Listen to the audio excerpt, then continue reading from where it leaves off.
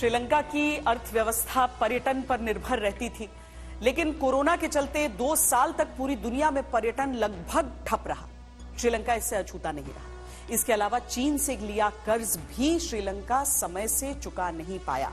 सरकार के कुछ गलत फैसलों ने हालात और बिगाड़ दिए। नतीजा दुनिया के सामने।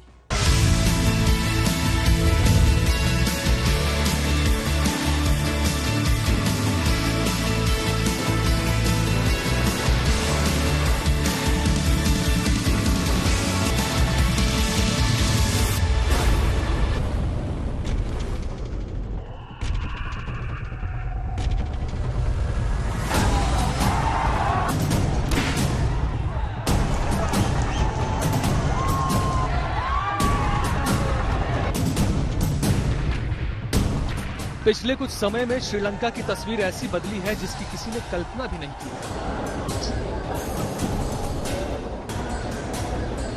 सबसे खूबसूरत देशों में से एक से लेकर मौजूदा समय का सबसे बदहाल देश।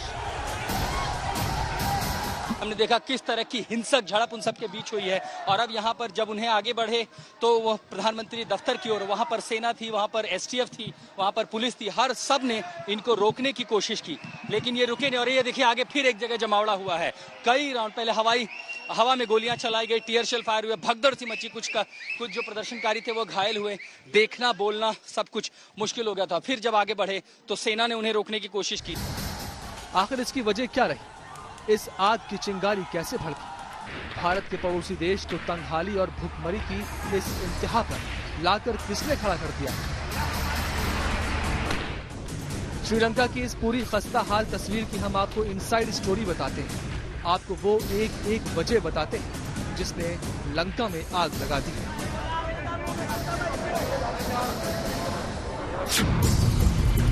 कारण नंबर 1, आयात ज्यादा, निर्यात कम। 2009 तक श्रीलंका में एक जटिल टैक्स प्रणाली हुआ करती थी। विदेशी व्यापार को बढ़ावा नहीं दिया जाता था। छोटी छोटी जरूरतों के लिए भी आयात पर निर्भरता बढ़ चुकी थी। वक्त के साथ देश में विदेशी मुद्रा संकट खड़ा हो गया। कारण नंबर 2, बढ़ता कर्ज।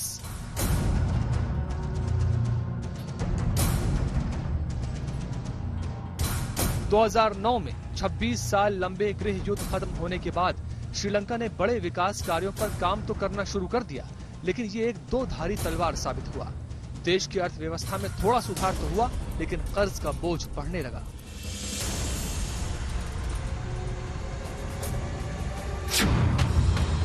कारण नंबर 3, गलत सरकारी नीति। 2009 के बाद का समय पर्यटन के लिहाज से श्रीलंका के लिए शानदार साबित हुआ। 2010 में श्रीलंका में पर्यटन सेक्टर 46.1% की दर से बढ़ा। 2018 में श्रीलंका में करीब 2 करोड़ टूरिस्ट पहुंचे। सब कुछ अच्छा चल रहा था, लेकिन तभी सरकार ने टैक्स में कटौती कर दी, जो जानलेवा साबित हुई।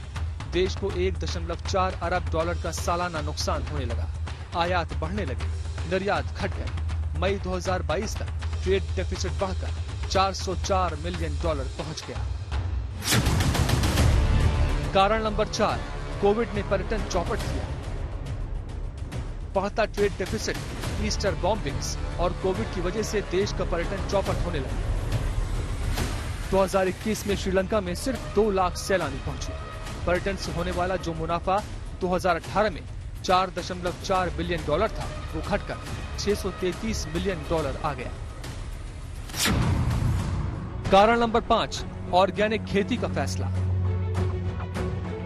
2021 में सरकार ने ऑर्गेनिक खेती को बढ़ावा देने के लिए केमिकल उर्वरकों पर प्रतिबंध लगा दिया। विशेषज्ञों का मानना था कि ये विदेशी मुद्रा बचाने के लिए उठाया गया कदम था, क्योंकि श्रीलंका भारी मात्रा में केमिकल फर्टिलाइजर्स इंपोर्ट करता है। लेकिन इससे खेती पर विपरीत असर पड़ा। खेती चौपट हुई तो पैदावार पर असर पड़ने लगा। श्रीलंका में फूड क्राइसिस हो गई। इसके चलते पिछले साल सरकार को अस्थायी आपातकाल की घोषणा करनी पड़ी। कारण नंबर 6, चीन से लिया गया कर्ज। चीन को श्रीलंका में बड़े बड़े निर्माण के ठेके मिले। चीन ने बड़ी ब्याज दरों पर श्रीलंका को कर्ज दे दिया। हम्बनटोटा में बड़े पैमाने पर बेफजूल निर्माण किए गए। दुनिया का सबसे खाली एयरपोर्ट बनाया गया। एक ऐसा क्रिकेट स्टेडियम बनाया गया जिसमें बैठने की क्षमता किसी शहर की आबादी से भी ज्यादा हो। 1.4 बिलियन डॉलर की लागत से हम्बनटोटा बंदरगाह बनाया गया, जिसे चीन ने 99 साल के लिए लीज पर ले लिया। सबसे पहले जबरदस्त इंडेटेडनेस चाइना की तरफ से, बहुत बड़े पैमाने पर चाइना से लोन दिए गए इंफ्रास्ट्रक्चर बनाने के लिए, कई पोर्ट्स बनाने के लिए, और उसी की डेट रीपेमेंट जो है वो श्रीलंका को खाई जा रही है। मई 2022 में श्रीलंका का विदेशी मुद्रा भंडार घटकर 50 मिलियन डॉलर रह गया और कर्ज लगातार बढ़ता गया। जानकार मानते हैं कि आने वाले 6 महीनों में श्रीलंका को जरूरी वस्तुओं के लिए कम से कम 5 अरब डॉलर की जरूरत होगी। महंगाई दर मई 2022 में 39.1 से बढ़कर जून में 50% पहुंच गई। खाद्य इन्फ्लेशन मई में 57.4 से बढ़कर जून में 80% पहुंच गया। हालत इतनी खराब हो गई कि श्रीलंका पर 51 अरब डॉलर का कर्ज चढ़ गया। मई में श्रीलंका 7 अरब डॉलर कर्ज का डिफॉल्टर भी बन गया। निकल के आएगा श्रीलंका का, वो फिलहाल के ही जो मेंबर्स ऑफ पार्लियामेंट है उन्हीं में से कोई एक नेता निकलेगा।